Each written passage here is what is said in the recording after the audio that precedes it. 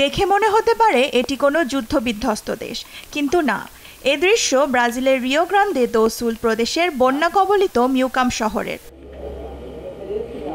চারিদিকে শুধু ধ্বংসস্তূপ, অবশিষ্ট নেই কিছুই।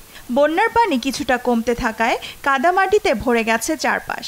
এর মধ্যেই ধ্বংসস্তূপ আর কাদা পরিষ্কার করে প্রিয় বাড়িটিকে থাকার উপযোগী করে তোলার চেষ্টায় ব্যস্ত বাসিন্দারা। বন্যায় পুরো বাড়িটি নষ্ট হয়ে গেছে, এটিকে আবারও পরিষ্কার করে থাকার উপযোগী করতে হবে। জানি না বাড়িটিকে আবারও আগের মতো করে সাজাতে পারবো কিনা। প্রিয় বাসস্থানের এমন অবস্থা মেনে নিতে পারছেন না অনেকে।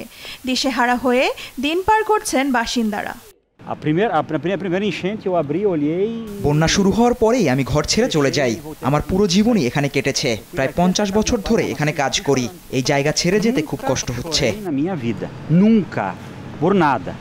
ব্রাজিলের ভয়াবহ এ বন্যায় বাস্তুচ্যুত হয়ে পড়েছেন লাখ লাখ বাসিন্দা। গেল 2 সপ্তাহ ধরে চলা নজিরবিহীন বন্যায় স্থানীয় গুয়াইবা নদীর পানি আবারও বাড়তে শুরু করেছে, ফলে তলিয়ে গেছে বিস্তীর্ণ এলাকা। এই বাড়িটি আমাদের শেষ সম্বল। যাদের সামর্থ্য আছে তারা বাড়িঘর ছেড়ে অন্য শহরে চলে যাচ্ছে, তবে আমাদের তা নেই। বৃদ্ধ বয়সে নতুন করে বাড়ি বানানো অসম্ভব। সবকিছু ঠিকই ছিল, কিন্তু মুহূর্তেই সব ধ্বংস হয়ে গেল। এই অবস্থায় মিউকাম শহরের প্রায় 5000 বাসিন্দাকে ঘরবাড়ি ছেড়ে দিতে হবে বলে ধারণা করছেন শহরটির মেয়র। তবে ধ্বংস হয়ে যাওয়া বাড়িঘরের স্থানে নতুন করে আবারও বাড়িঘর তৈরি বেশ কঠিন বলেও মনে করছেন বিশেষজ্ঞরা।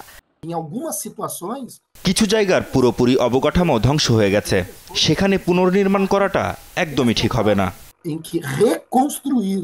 এদিকে ইন্দোনেশিয়ার পশ্চিম সুমাত্রায় চলমান বন্যায় আরও বেশ কয়েকজনের মরদেহ উদ্ধার করেছে উদ্ধারকারী দল। আকস্মিক বন্যায় এরই মধ্যে মৃতের সংখ্যা ছাড়িয়েছে 150। এখনও নিখোঁজ রয়েছেন অনেকে। ঘরবাড়ি হারিয়ে নিঃস্ব হয়ে পড়েছেন 33,000-এরও বেশি মানুষ। তবে মৃতের সংখ্যা আরও বাড়তে পারে বলে ধারণা করা হচ্ছে। এদিকে আফগানিস্তানের উত্তরাঞ্চলে বন্যা কবলিতদের উদ্ধারে অব্যাহত রয়েছে উদ্ধার অভিযান। বন্যায় এরই মধ্যে প্রাণহানি বেড়ে দাঁড়িয়েছে 1.5 শতাধিক। ধ্বংস হয়েছে হাজারো বাড়িঘর। এছাড়া অঞ্চলটিতে ক্ষয়ক্ষতির নিরূপণের জন্য 20টি বিশেষজ্ঞ দল পাঠিয়েছে জাতিসংঘ। দেওয়ান মুবাশশিরা হোসেন, নিউজ ডেস্ক, দেশ টিভি।